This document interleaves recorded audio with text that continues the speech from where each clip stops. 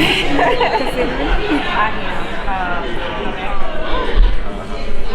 are all set. We are accepting the proceeds here on your side. So when that's what First, okay, I'm not sure. So this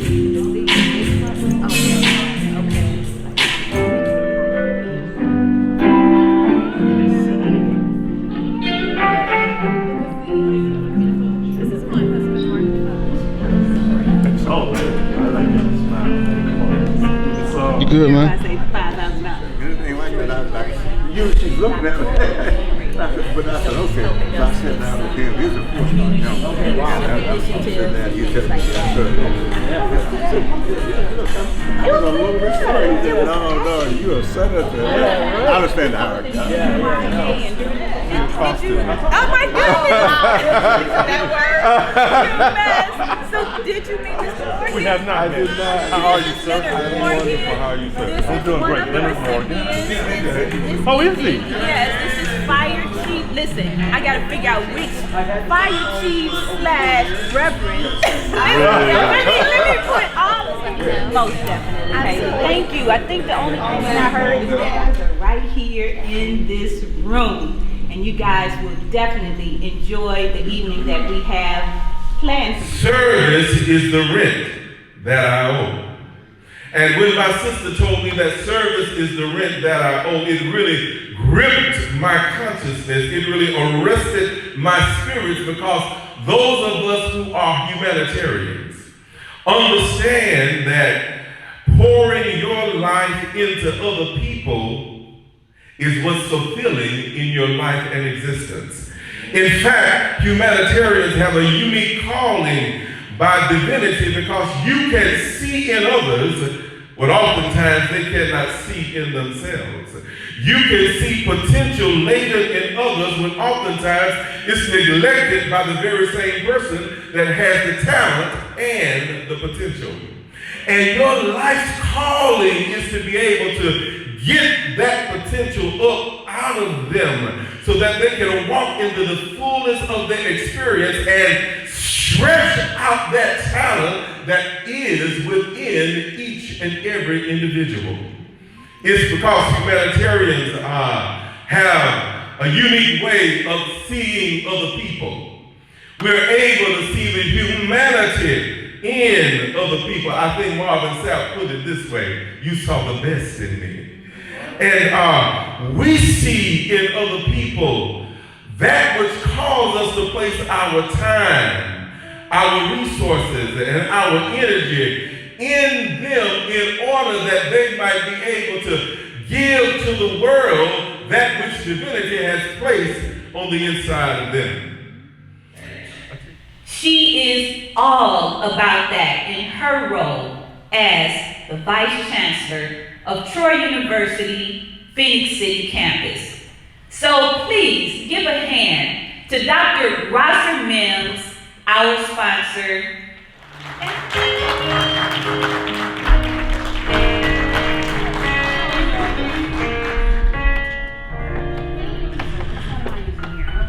Please give Dr. V a round of applause. Dr. V, she came to me running to me, and I came running to her. So we knew that this would be a marriage made in heaven. I've had the privilege of working with Cassandra over the last year and a half, almost 2 years, I think. And we've been working on a variety of projects. As you mentioned, those projects are about partnerships, they are about community, and they are about uplifting community members. Mm-hmm. And so at this time, I have the distinct pleasure and honor of introducing tonight's keynote speaker. This distinguished individual happens to be, and not by happenstance, a Trojan. Senator Ed Harbison of Columbus was first elected to the Senate from the 5th District in 1992. Senator Harbison represents the citizens of Macon, Marion, Talbot, Taylor, and Shealy counties, as well as portions of Chattahoochee County and Muskogee County. Senator Harbison, we appreciate your service. We appreciate what you do for our country and have done for our country and for our community. Please come forward. Thank you. Thank you. Thank you. Thank you so much. That is short. I don't look like a little up to all that. I'm just honored to be here, and as Dr. Mim, she was reading that, and I was remembering, I said, I hope she's telling it like it is, because my mama used to tell me, oh, I don't care who tells it, as long as they get told. So I think she stuck to the script. Dr. Canterbury, listen, I just want to say, for what you're doing, you stepped into the door and you did not hesitate. You did not stop at the door. You walking through the halls, and as you walk through the halls, you making souls and making friends and making a difference. And I think that is just so. Let's give her a big round of applause. I'm just honored to work with you. And the people, Lord have mercy, humanitarians working this way. I know the price they paid. I gotta tell you, I get emotional when I think about the price they paid. My parents were poor. I mean, they were one step above poverty, and they were there by the grit of their will. That is, my mother worked in the kitchens for $15 a week to feed 9 kids. Yes, sir. But we never missed a meal. Because she had ingenuity, but most of all, she had the grace of God. She made a true humanitarian effort. That was my lifelong lesson to learn from how did she do that? I mean, why did she do it? Who would want to do that, raising 9 kids and working from 8 in the morning till 5 in the evening and walking to work sometimes? Because see, I came out of Montgomery, Alabama, and coincidentally, that was during the time of the bus boycott. And guess what? When those ladies, those maids, and my mother was a maid, when they decided they were going to be part of the bus boycott, they decided we're going to walk. And my mother walked from Sherman Court on Bainbridge Street, north of the Capitol, to Normandale, to her job. Every day, rain, sun, shine, or cold. I've seen my mother walk out the back door where it was so cold I almost cried. And she didn't have a heavy coat. The heavy coat, was about the thickness of this. Because she wanted her children to be better than she. She put all of her money and efforts into feeding her children and making sure they had clothing. Now, they were not glamorous clothing, but I tell you, that blue suit that I had that turned purple when they painted it, I mean, that blue suit, it lasted, but it had the will of God in it, because as we grew, my grandmother could take it and whoop, as she called it, whoop those seams in there, and it followed us for as long as we could, and then we passed it on down to the other children. To feed a family of 10, it's miracle. It's a miracle. And it's like things happen so commonly in that manner that you don't realize the depth of it. You don't understand the significance of it when you're in the middle of it. Right. But you look back, you say, my God, how we got over. All because of the grace of God smiled on our family and beheld. That was Rebecca Parker Griffin standing there, alone in the world, no help from anybody except our grandmother, and she brought us across. She brought us over, and we lived with pride. We would never felt like we were poor. It was never in our spirit to be poor. We were just financially challenged. Thank you, Major. Appreciate that. The truth of the matter is, I had the best upbringing. I wouldn't change it for anything. Right. I promise you. I said I dropped out of school. But God led me away from that. And I promise you, it may sound like a joke, but I swear to you, I dropped out of school because we didn't have any money. I was ashamed that I was at home or going to school and my mama was working. I was ashamed of it. I felt guilty. I felt convicted. Pastor, I said, no. I said, that's just not right.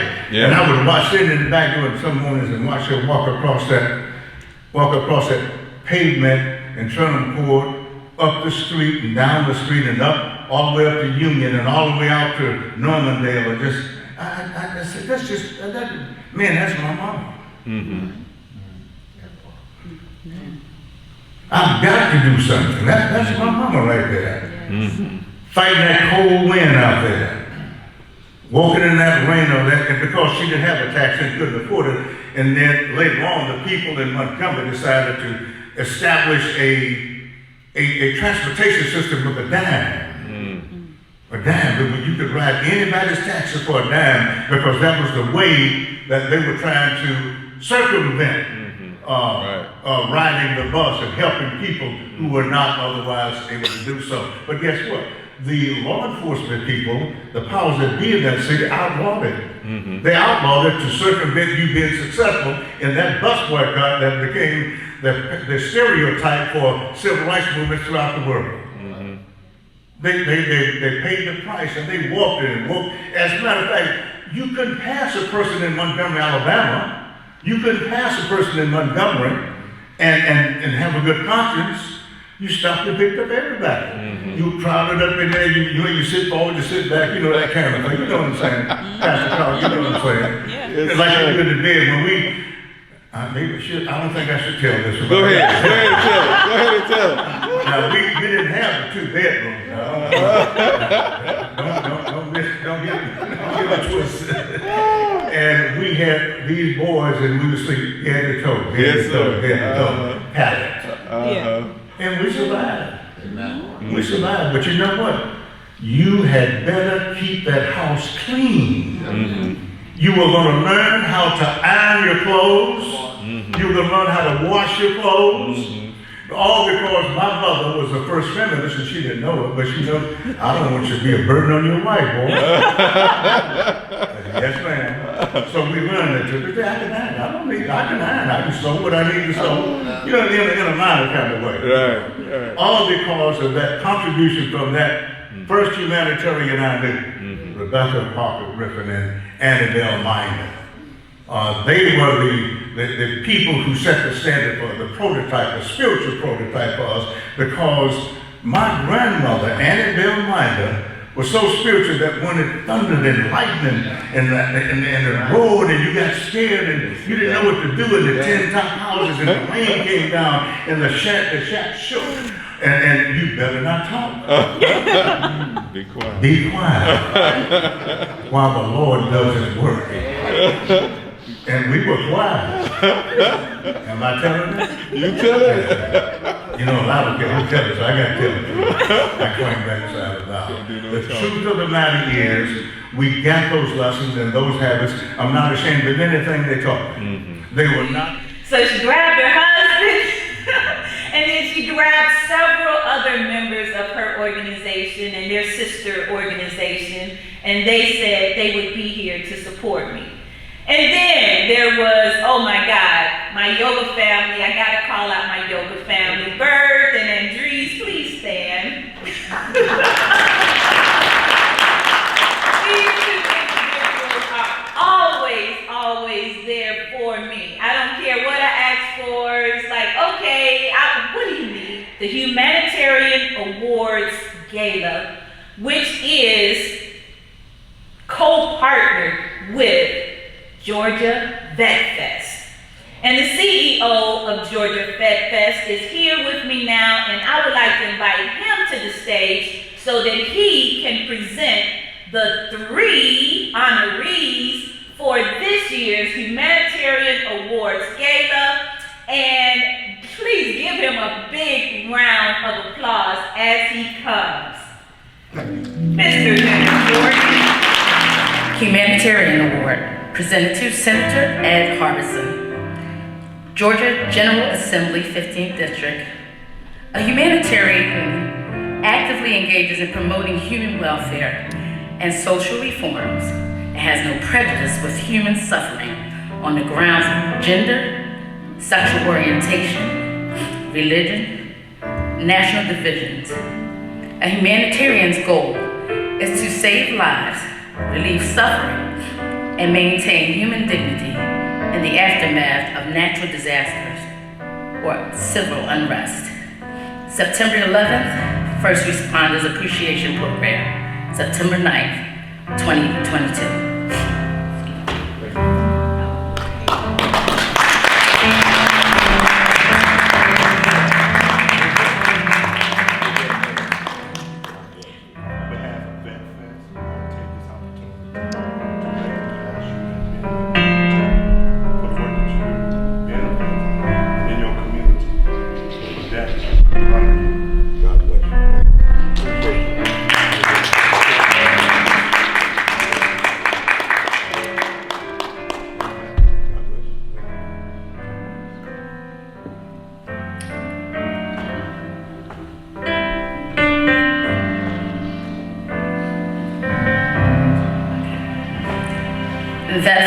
Humanitarian Award presented to Will Collier.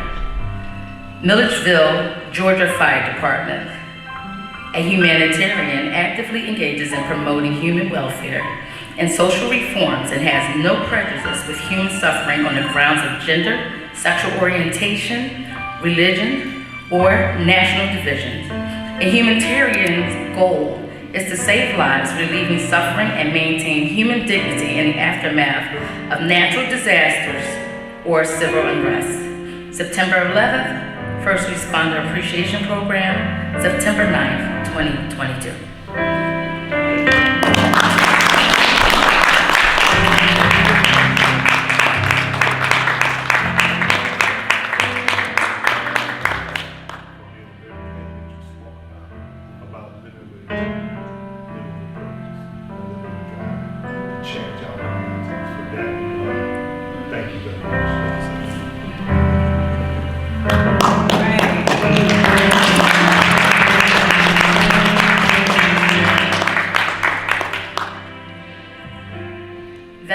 Humanitarian Award presented to Assad Raza, U.S. Army. A humanitarian actively engages in promoting human welfare and social reforms and has no prejudice with human suffering on the grounds of gender, sexual orientation, religion, or national division. A humanitarian's goal is to save lives, relieve suffering, and maintain human dignity in the aftermath of natural disasters or civil unrest. September 11th, First Responders Appreciation Program, September 9th, 2022.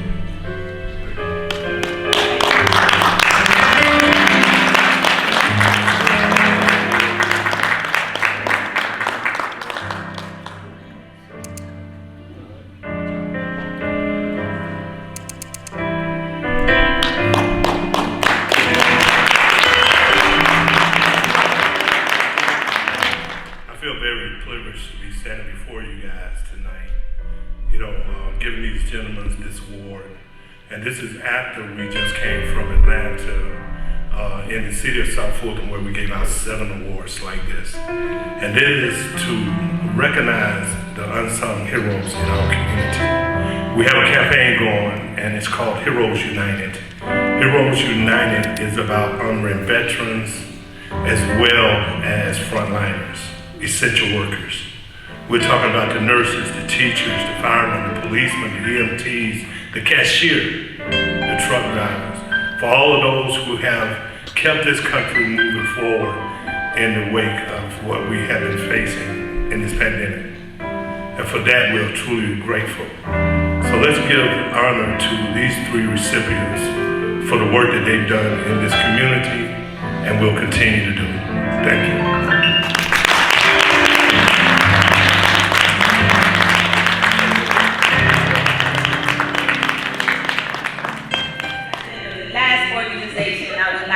Recognize tonight is one that has really been very, very supportive of everything that I'm doing. They're affectionately known as BFAC. Veterans Family Services.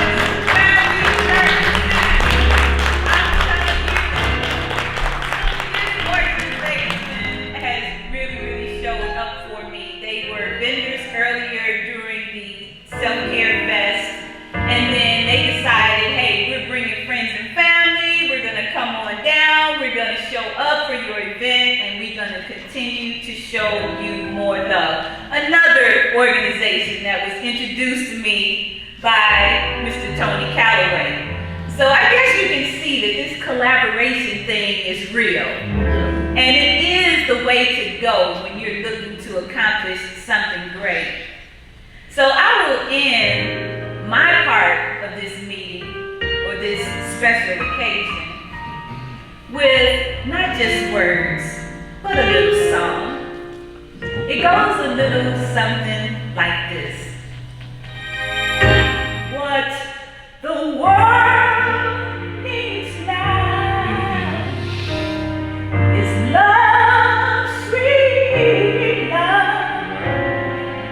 It's the only thing that there's just too little of.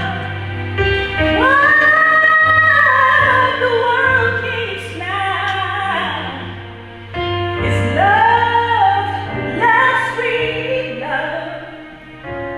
No, not just for some, but for everyone, every one of you. Please join me in singing this song. What the world needs now is love, sweet love. It's the only thing that there's just too little of. What the world needs now is love, sweet love. No, not just for some, but for everyone. What the world needs now is love, sweet love. It's the only thing that there's just too little of. What the world needs now is love, sweet love. No, not just for some, but for everyone, every one of us. Thank you.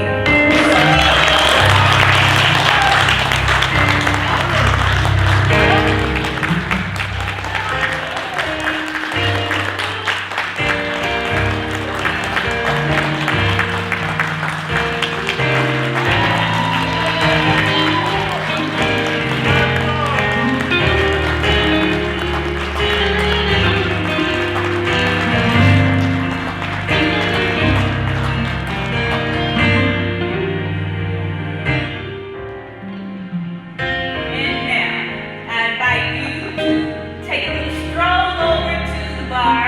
If you would like to get a little libations, let your hair down if you like, do a little dancing, and enjoy the rest of this evening with our special entertainment this evening. Thank you.